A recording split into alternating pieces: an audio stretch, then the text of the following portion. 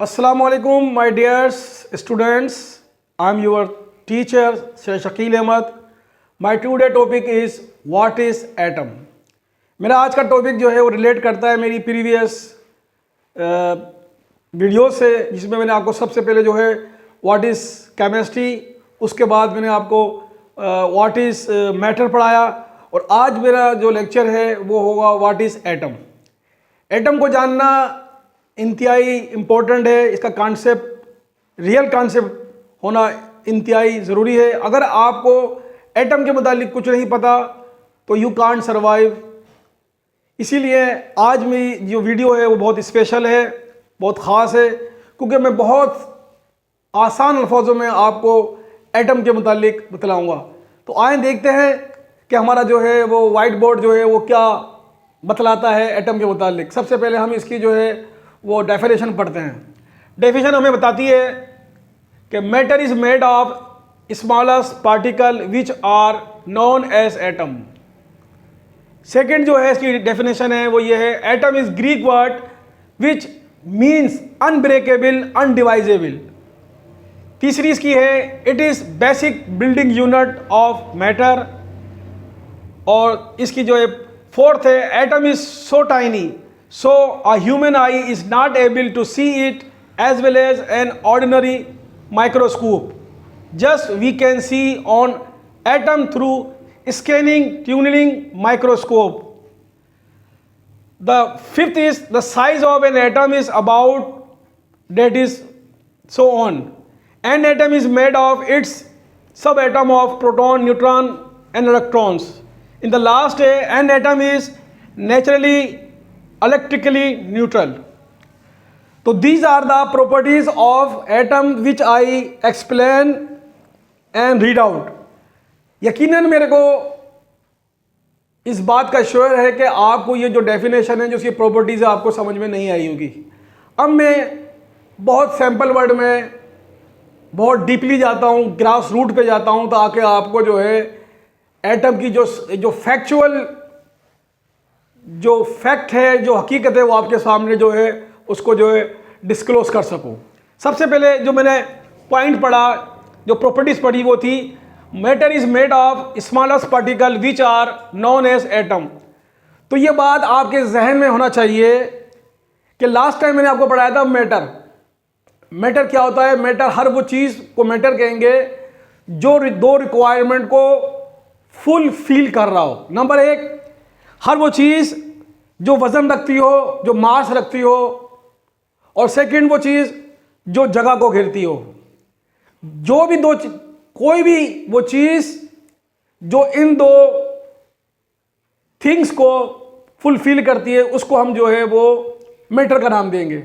अब बात आती है कि ये मैटर है, ये किससे बना होता है? जो स्पेस रख रहा है, जो वज़न रख रहा है, ये आखिर बना किससे है? कौन सी ऐसी चीज़ है जिसकी वजह से ये प्रोडक्ट हुआ, ये क्रिएट हुआ है? जब आप डीपली जाते हैं तो देखते हैं कि जो मैटर जो वजन भी रखता है और स्पेस भी घेरता है, दर हकीकत ये एटम से मिलकर बना है। बहुत सारे एटम से मिलकर बना है। और जब कम्बिनेशन ऑफ मैटर होता है, जब कलेक्शन ऑफ मैटर होता है, तो हमारे सामने जो एक मैटर फॉर्म आ जाता है, हमें मैटर हमारे सामने आ जाता है। तो पहली डेफिनेशन के अंदर ये बतलाया गया है कि मैटर का किस चीज़ से वजूद में आया। मैटर वजूद में आया है एटम से। सेकंड डेफिनेशन बोलती है कि atom is a Greek word which means unbreakable, undivisible. दूसरी प्रॉपर्टीज में ये बताया जा रहा है कि दरअसल ये जो वर्ड है एटम, ये हमारी उर्दू ज़बान का या इंग्लिश का या किसी और लैंग्वेज का नहीं है, बल्कि ये ग्रीक ज़बान का वर्ड है। ग्रीक ज़बान के अंदर एटम के मायने हैं पार्टिकल, अनब्रेकेबल, अनडिवाइजेबल। इसका मतलब आसान ज़बान में ये है कि जब कोई चीज़ जिसको हम ब्रेक कर रहे हो, जिसको हम तोड़ रहे हो, ब्रेक करते जाएं और एक ऐसी कंडीशन आ जाए जिसके अंदर वो टूटने के काबिल ना हो। सपोज मैं आपको एक मिसाल देता हूं कि ये एक स्टोन है, इसको मैंने तो ब्रेक किया तो ये आधा हो गया, इसको फर्दर ब्रेक किया तो ये और आधा हो गया, इसको किया तो और आधा हो गया, इसको और आधा, इसको छोटा आधा किया, अब ये इतना बड़ा हो गया, अब ये इतना बड़ा हो गया, अब ये इतना बड़ा हो गया, अब ये इतना बड़ा हो गया। अब ये जो कंडीशन हमें नजर आ रही है, इसके बाद से ये टूट नहीं सकता। अगर ये टूट भी आएगा तो इस तरह का आ जाएगा। एक ऐसी कंडीशन आएगी, एक ऐसी स्टेज आएगी जिसके अंदर कोई भी चीज वो टूट नहीं सकती होगी। उसको ग्रीक यूनानी लोगों ने अपनी जबान में, जब वो किसी चीज को तोड़ रहे थे, उस जमाने के साइंटिस्ट, तो वो थक गए और तोड़ते तोड़ते जब वो थक गए तो उनके मुंह से, उनकी जबान से एक लफ्ज निकला, एटम। उनकी जबान में एटम के मायने थे कि अब ये जो चीज हम जिसको तोड़ने जा रहे हैं, जिसको हम तोड़ रहे हैं, अब ये टूट नहीं सकती। तो उन्होंने सडन उनकी जबान से जो एक वर्ड निकला, एटम, तो यानी अपनी जबान में उन्होंने ये कहा कि अब ये टूट नहीं सकता। वहीं से ये लफ्ज जो है फेमस हो गया, मशहूर हो गया और हम तक पहुंचा। तो आसान लफ्जों में यह है कि एटम का मतलब यह है कि वो किसी भी मैटर का वो चीज जो फर्दर टूट ना सके, डिवाइड ना हो सके और ब्रेक ना हो सके, उसको हम क्या बोलेंगे, एटम बोलेंगे, और उसको इंग्लिश के अंदर जो है पार्टिकल बोलेंगे। ये दूसरी डेफिनेशन थी। अब इसकी हम तीसरी डेफिनेशन और तीसरी प्रॉपर्टीज की तरफ आते हैं। उसमें कहा जा रहा है कि it is a basic building block unit of matter. आसान से अल्फाज में इसका मतलब यह है कि जब बहुत सारे एटम जमा होते हैं, लाइक दिस,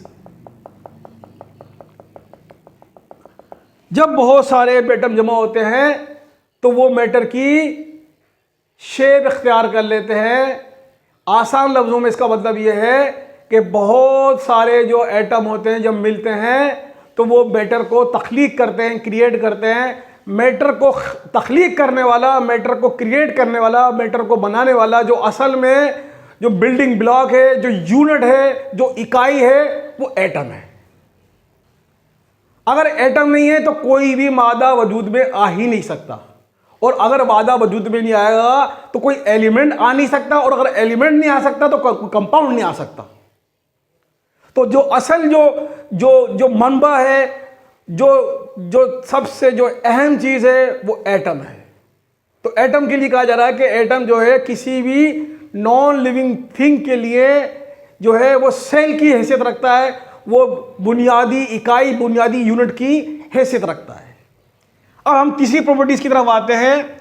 इसमें बताया जा रहा है कि atom is so tiny so a human eye is not able to see it as well as an ordinary microscope, just we can see an atom through STN।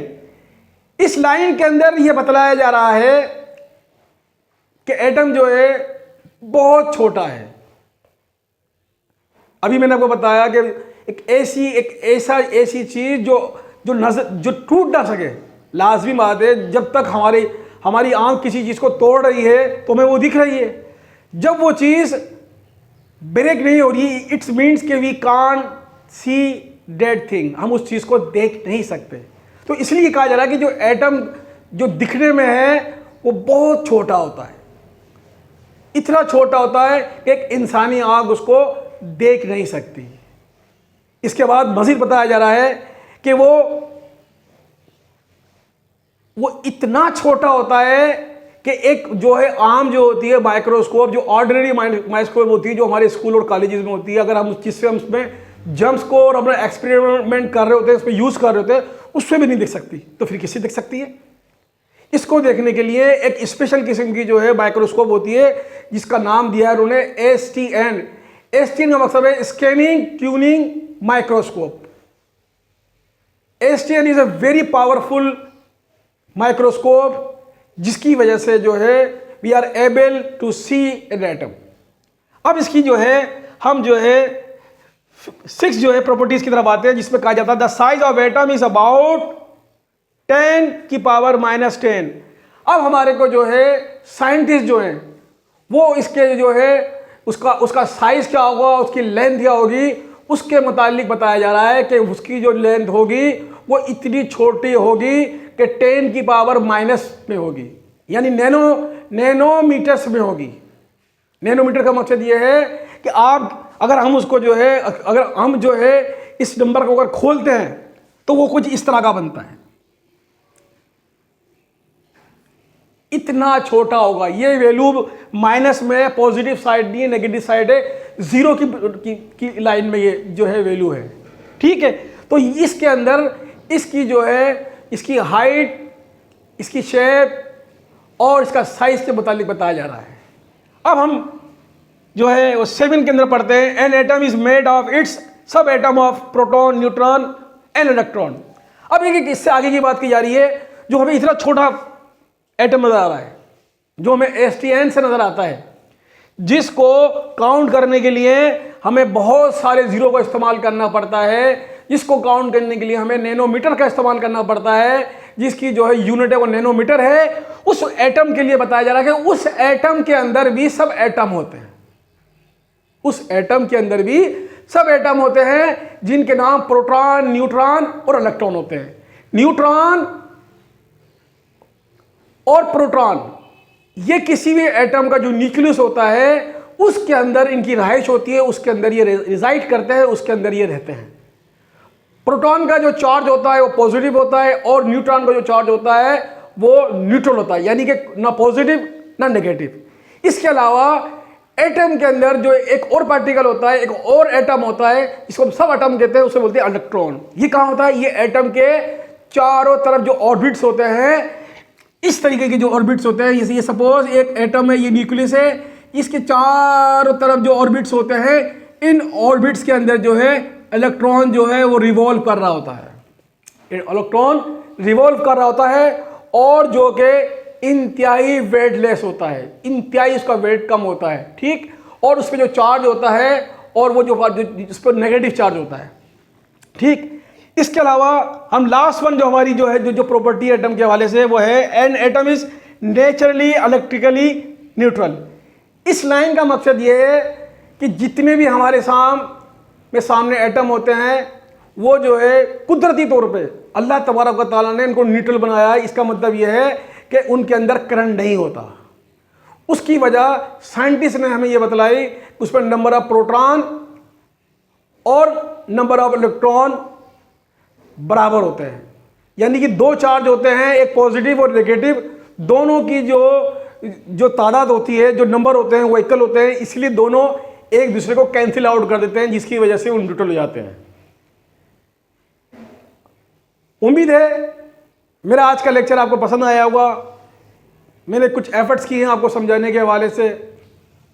अगर आपको मेरा लेक्चर पसंद आए तो आप मुझे कमेंट्स कीजिएगा ताकि मैं इसको फर्दर आपके लिए वीडियो बना सकूं। अस्सलाम वालेकुम।